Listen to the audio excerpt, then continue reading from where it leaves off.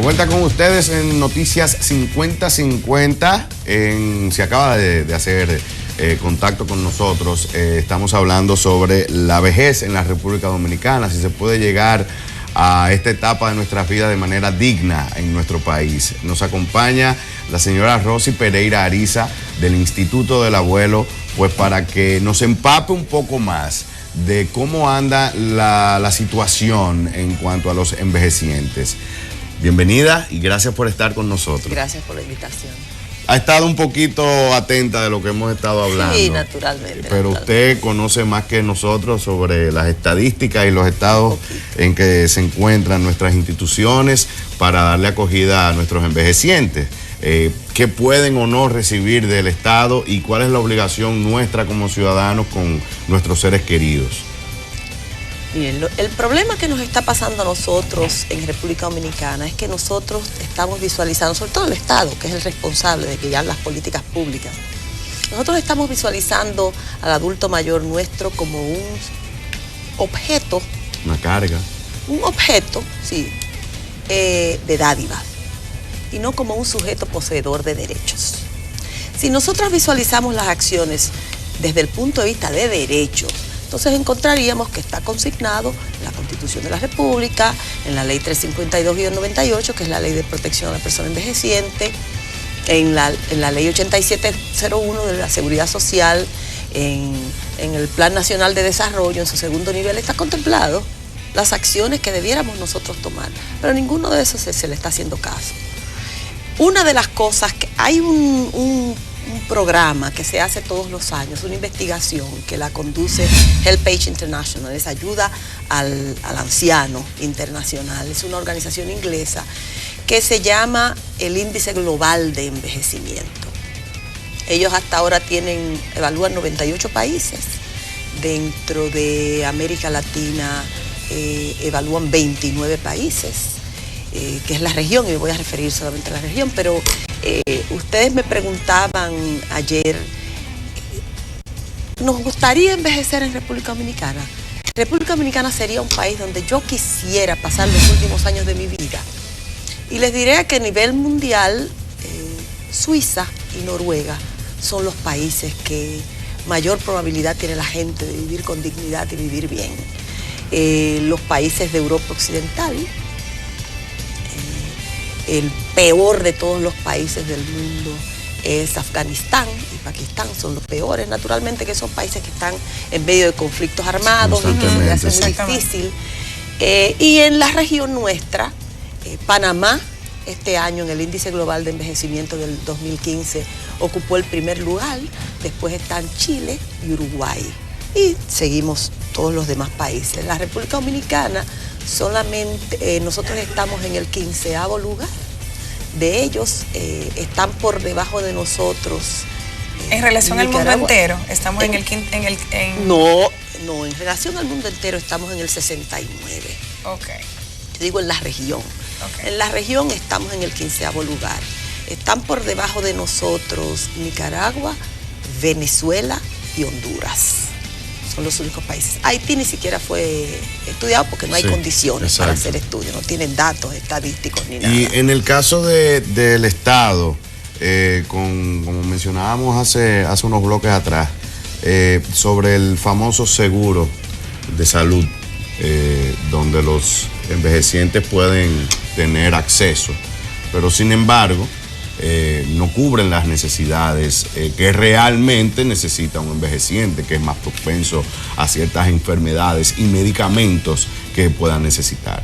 Sí, el Seguro Nacional de Salud, que fue una conquista de la Ley 8701, nos encontramos con el problema de que ustedes estaban mencionando ahorita, es una tarjeta que solamente les sirve a ellos para ir a consulta, pero no le da los medicamentos. Y si nosotros consideramos que el 69% de la población adulta mayor nuestra está bajo la línea de pobreza, entonces nosotros no podemos pensar que esa gente van a tener los recursos para ir a comprar los medicamentos. Exacto. No estamos haciendo prácticamente nada. Y si Exacto, lo que sí usted tiene una neumonía, muy bien, el seguro le cubre para yo decirle que tiene neumonía. Y los medicamentos. El tratamiento ya, bien, gracias. Sí, no se lo cubre, SENASA no le cubre los medicamentos.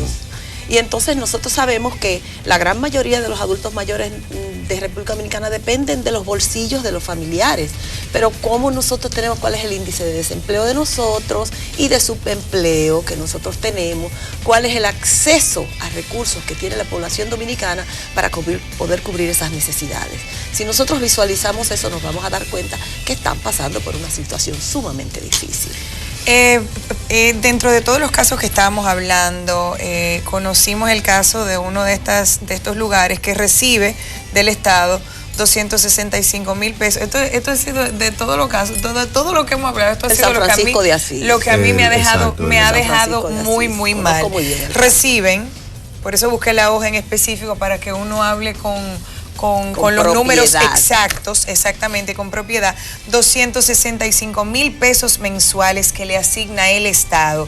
Esos 265,000 pesos deben de dar para una nómina de 164 empleados y tú te preguntas, ¿cómo lo hacen? Además, este lugar tiene gastos. Y como decían todo, aquí claro. También, como lo mencionamos, que si los Pampers, que si esto, que si aquello, que si lo otro, ¿cómo puede funcionar un lugar con tan poquito dinero? Y cómo el Estado, entiendo yo, que tiene el descaro de pasar eso a un centro que tiene más de 500 ancianos. Mire, ¿cómo lo hacen? Solamente por la entrega, la dedicación y la vocación que tienen esas hermanas. La gran mayoría de los hogares nuestros, los centros de acogida de ancianos en nuestro país, que no debemos llamarlos asilos, esa es una palabra muy fea, que ya la hemos descartado definitivamente, pero los centros de cuidado permanente, hogares de ancianos, la gran mayoría de los que están en el país están llevados por religiosas y religiosos. Y es de la única manera que nosotros hemos podido paliar ligeramente la situación de esos centros. Debo decirle que los que están en los centros geriátricos son los que están en mejores condiciones, porque esa gente se preocupa por llevarles por lo menos las comidas y las necesidades básicas cubiertas. Es muy cierto que muchas personas van, le llevan los ancianos a la puerta y le dicen que los encontraron en la calle y se van, no se identifican como familiares. Y nosotros podríamos decir, es una iniquidad, esa es una barbaridad, pero esa gente va por necesidades económicas. Sí, totalmente.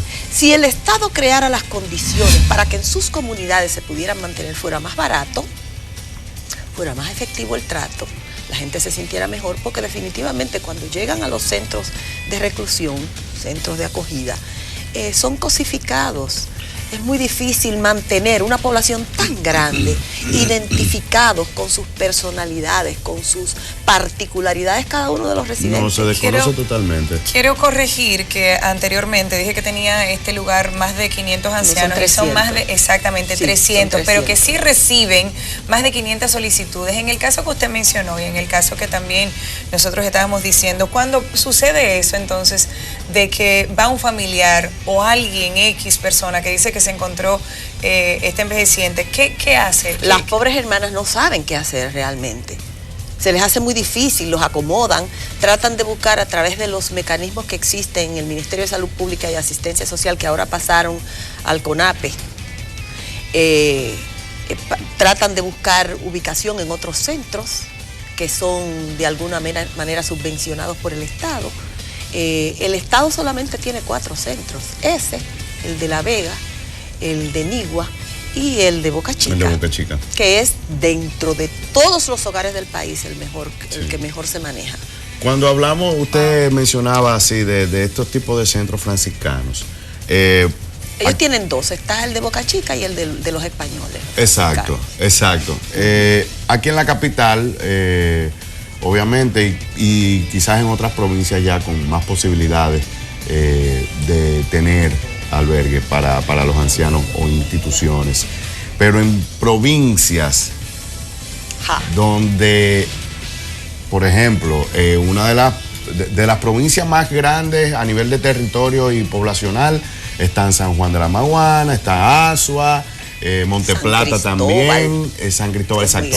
Son de los ¿Cuál es la cantidad de instituciones que hay? En San Cristóbal no existe, no hay ningún centro geriátrico en San Cristóbal, no existe.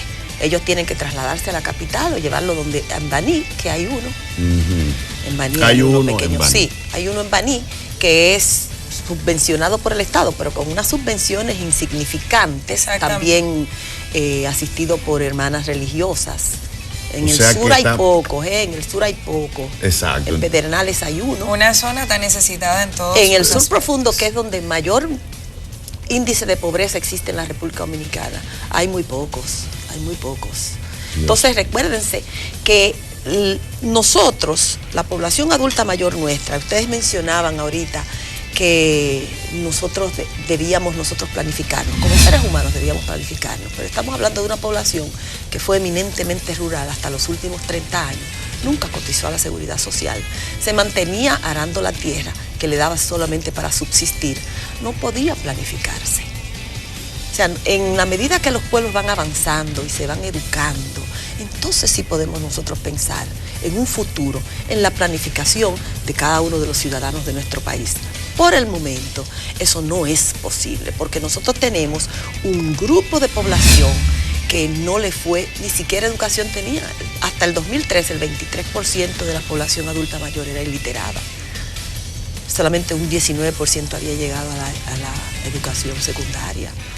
O sea que cuáles eran las herramientas que esa gente tenían para conseguir un trabajo. Eran pocos.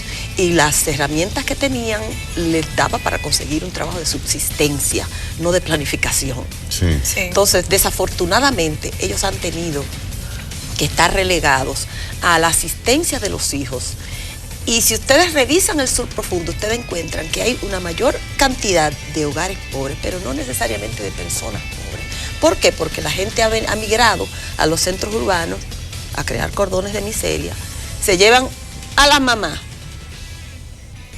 a las mujeres, para que les sirvan de niñera, cocinera, guachimán en las casas, y dejan a los adultos mayores, a los varones, los dejan en los campos.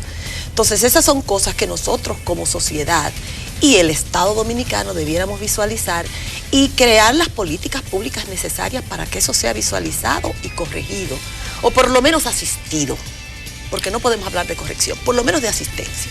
Ahora, luego de la pausa, quisiera ver si usted podría arrojarnos algún dato sobre todas estas instituciones o edificaciones que inauguran, que uno ve que le dan publicidad, que el presidente estuvo en tal zona, inauguraron tal centro y tal cosa. En esos trabajos que se han venido realizando últimamente, se han contemplado albergues para ancianos, y de ser así, ¿cuál es la cultura de mantenimiento que sabemos que no existe en nuestro país? Pero vamos a hablar un poquito de eso después de la pausa.